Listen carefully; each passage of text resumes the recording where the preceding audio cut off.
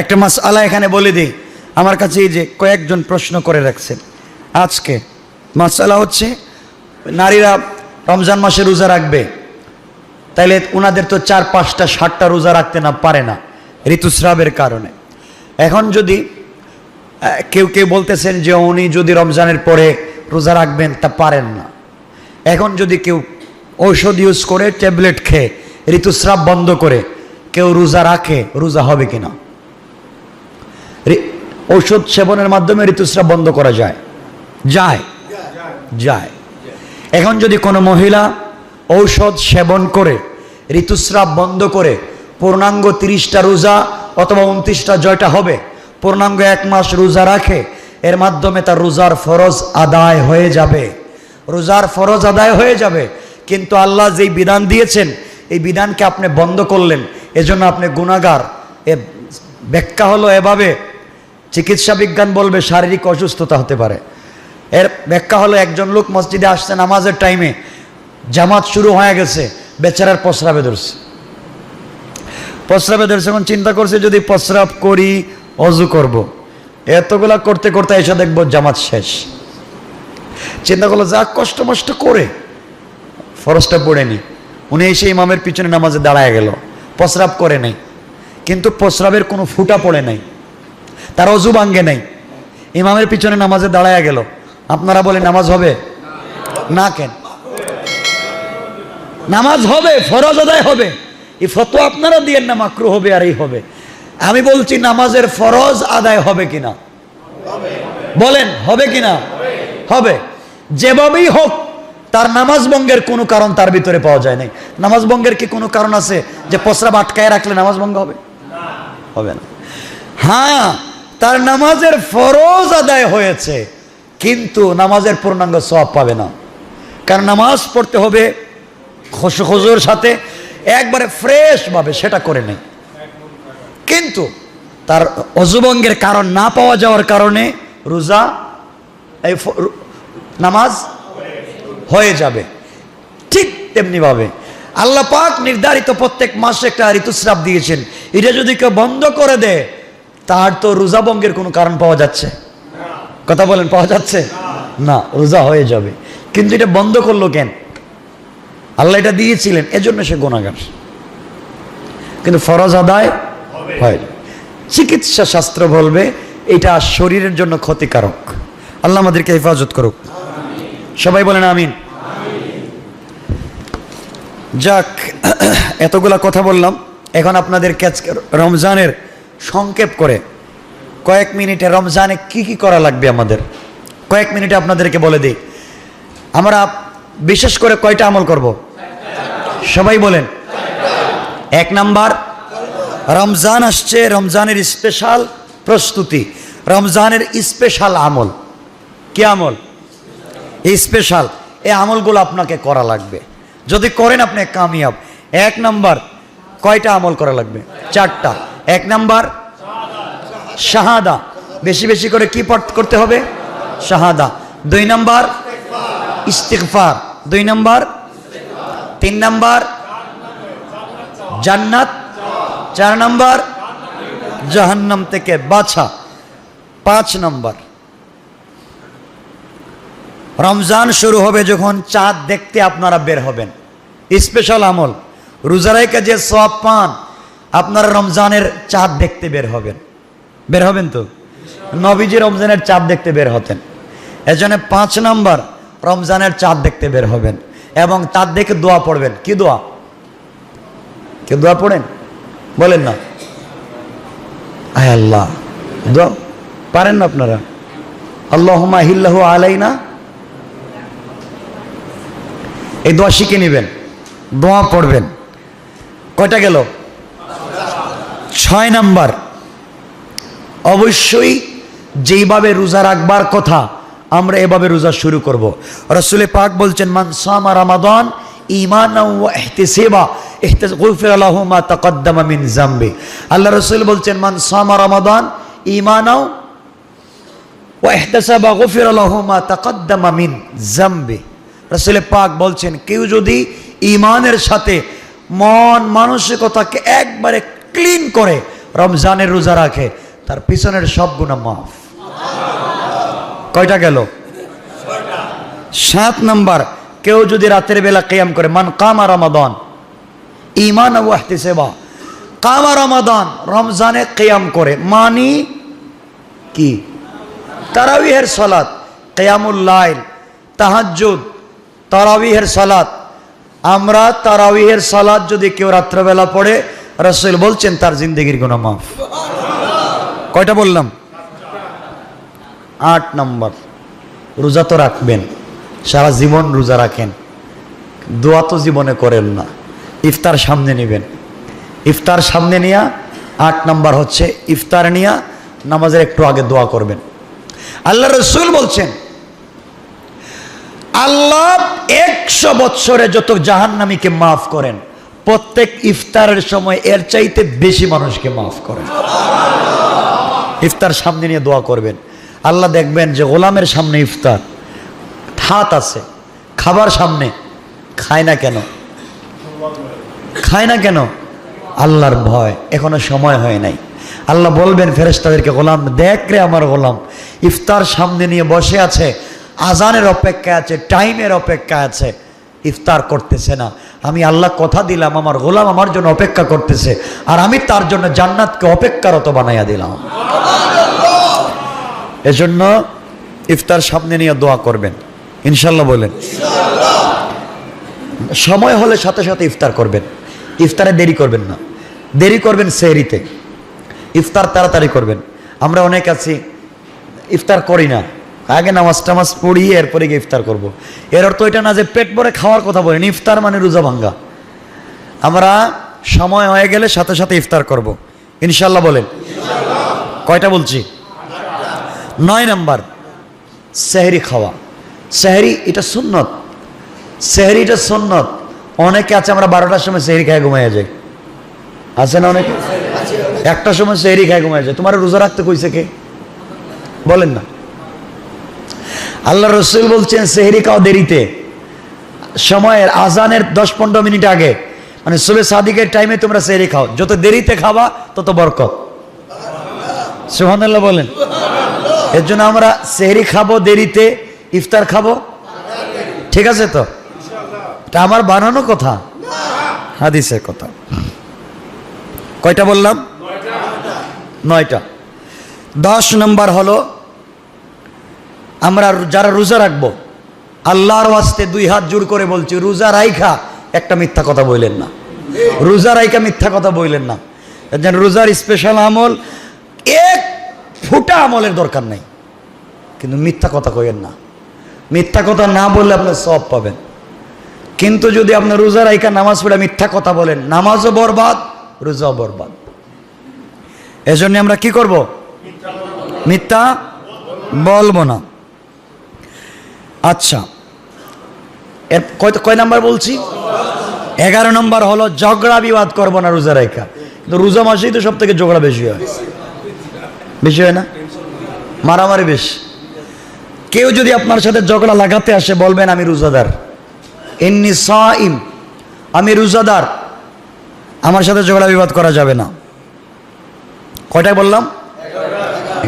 12 নম্বর হচ্ছে আপনি যদি 1 গ্লাস পানি দিয়ে ইফতার করেন, অন্যজনকেও 1 গ্লাস পানি দিয়েন, অর্থাৎ অন্য মানুষকে ইফতার করানো। পারবো তো ইনশাল্লাহ? কয়টা বলছি? 13 নম্বর, আপনি যা দিয়া সেহরি খাবেন, অন্য কেউ তা দিয়া সেহরি ব্যবস্থা করবেন ইনশাল্লাহ। বলেন আমরা চাইলে কি, আচ্ছা আমাদের ঘরে 10 জন 15 জন 20 জন লোক, আমরা 20 জনের খাবারের ব্যবস্থা করতে পারি, আমরা আরে একজনের পারবো না? পারবো না? তো প্রতিদিন নতুন একজনকে ইফতার করাবো, নতুন একজনকে সেহরি খাওয়াবো। বলেন না ইনশাল্লাহ? বলেন না ইনশাল্লাহ? না পারলে একটা কলা দিব, না পারলে 1 গ্লাস দুধ দিব, পারবো তো ভাই? কয়টা বলছি? 14 নম্বর, বেশি বেশি করে রমজানুল মুবারকে কোরআন শরীফের দার্সে বসবেন, কোরআন শিখবেন। কি শিখবেন? কোরআন। কোরআনের দার্স, কোরআন তেলাওয়াত বলি নাই, কোরআনের দার্স, যেখানে কোরআনের শিক্ষা হয়, মাসআলা মাসাইল শিক্ষা হয়, এখানে বসবেন।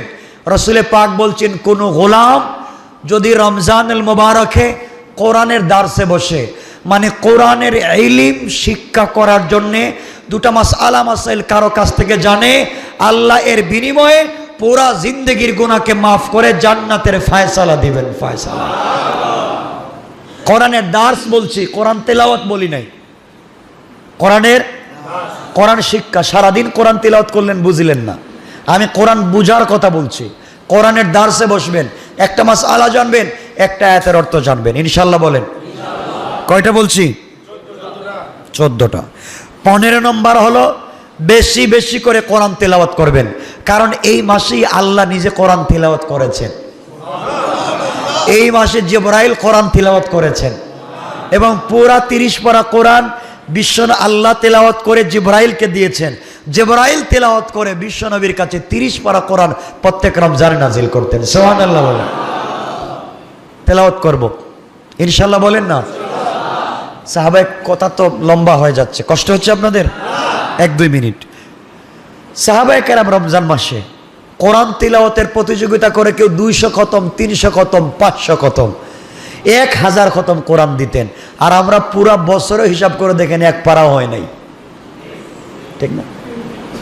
এজন্য 15 নম্বর আমরা কোরআন তেলাওয়াত করব ইনশাআল্লাহ। বলেন 16 নম্বর, কোরআন যদি তেলাওয়াত করতে না পারি, কোরআনের দর্শে বসতে না পারি, তাহলে কোরআন তেলাওয়াত শুনবো। ঠিক আছে তো? কোরআন তেলাওয়াত সবাই বলেন শুনবো। কয়টা বলছি? 17 নম্বর, যার যে সামর্থ্য আছে এই পরিমাণ দান সাদকা খায়রাত করবেন।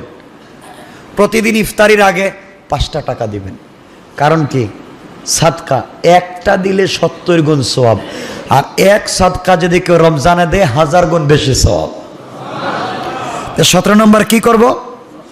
সাদকা খায়রাত, দান খয়রাত। 1 টাকা 2 টাকা 10 টাকাও তো দিতে পারি না। রমজান মাসে আপনারা রিক্সা ড্রাইভারের ভাড়া নিয়ে মাইল লাগাই দিবেন 2 টাকা নিয়ে, দিতাম না তোরে ভাড়া।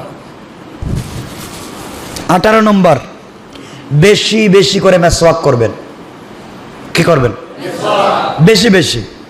আপনাদেরকে তো বলা হয়, আমি গত বছরে বলেছি, মুখের নাকি দুর্গন্ধ হইলে আল্লাহর কাছে বেশি পছন্দ হয়। কেউ সুবহানাল্লাহ, কেউ নাউজুবিল্লাহ। না, আমি কোনটা কমুতে? দুর্গন্ধ এটা আল্লাহর কাছে মেশকে আম্বরের মতো। এর অর্থ এজন্য আর দাঁত ব্রাশ করে না। ফেরেশতারা কয়, আল্লাহ তোমার মেশকে আম্বর গন্ধে তো কাছেও যাই না। দাঁত পরিষ্কার রাখবেন, বেশি বেশি করে মেসওয়াক করবেন। দাঁতের দুর্গন্ধের কথা আল্লাহ বলেন নাই। পেটে যদি খাবার না থাকে, পেট খালি থাকে, ভিতর থেকে ডেকোরের সাথে একটা দুর্গন্ধ আসতে পারে। আল্লাহ বলছেন রোজা রাখবার কারণে পেটের ভিতর থেকে গলা দিয়া যেটা আসবে ওটা আমার কাছে মেশকে আম্বরের মতো। এর তো দাঁত মেসওয়াক বন্ধ করতে বলি নাই, বেশি বেশি করে করবেন দাঁত। আর রসুলে পাক এই দেখেন, এখানে মেসওয়াক রাখতেন নবীজি, এখানে মেসওয়াক বাইর করতেন, কতক্ষণ পরে পরে এদিকে টান দিতেন। সুবহানাল্লাহ বললেন না? কতক্ষণ পরে পরে টান দিতেন। সুবহানাল্লাহ। ইন্তেকালের আগে, ইন্তেকাল যেদিন ইন্তেকাল করবেন ওই দিন মেসওয়াক বাইর করছেন। তত শক্ত মেসওয়াক, নবীজি মেসওয়াক করতে পারতেছেন না। আয়েশাকে বলছেন, আয়েশা তোমার মুখে নিয়া ওইটাকে নরম করে আমার মুখে দাও, আমি মরার আগেও মেসওয়াক করে কবরে যাইতে চাই। নবীজি বলেছেন যদি আমার কাছে ফরজ করার বিধান থাকতো আর উম্মতের কষ্ট না হতো, 2 জিনিস, কেউ বলছেন 3 জিনিস, 2 জিনিস আমি ফরজ করে দিতাম।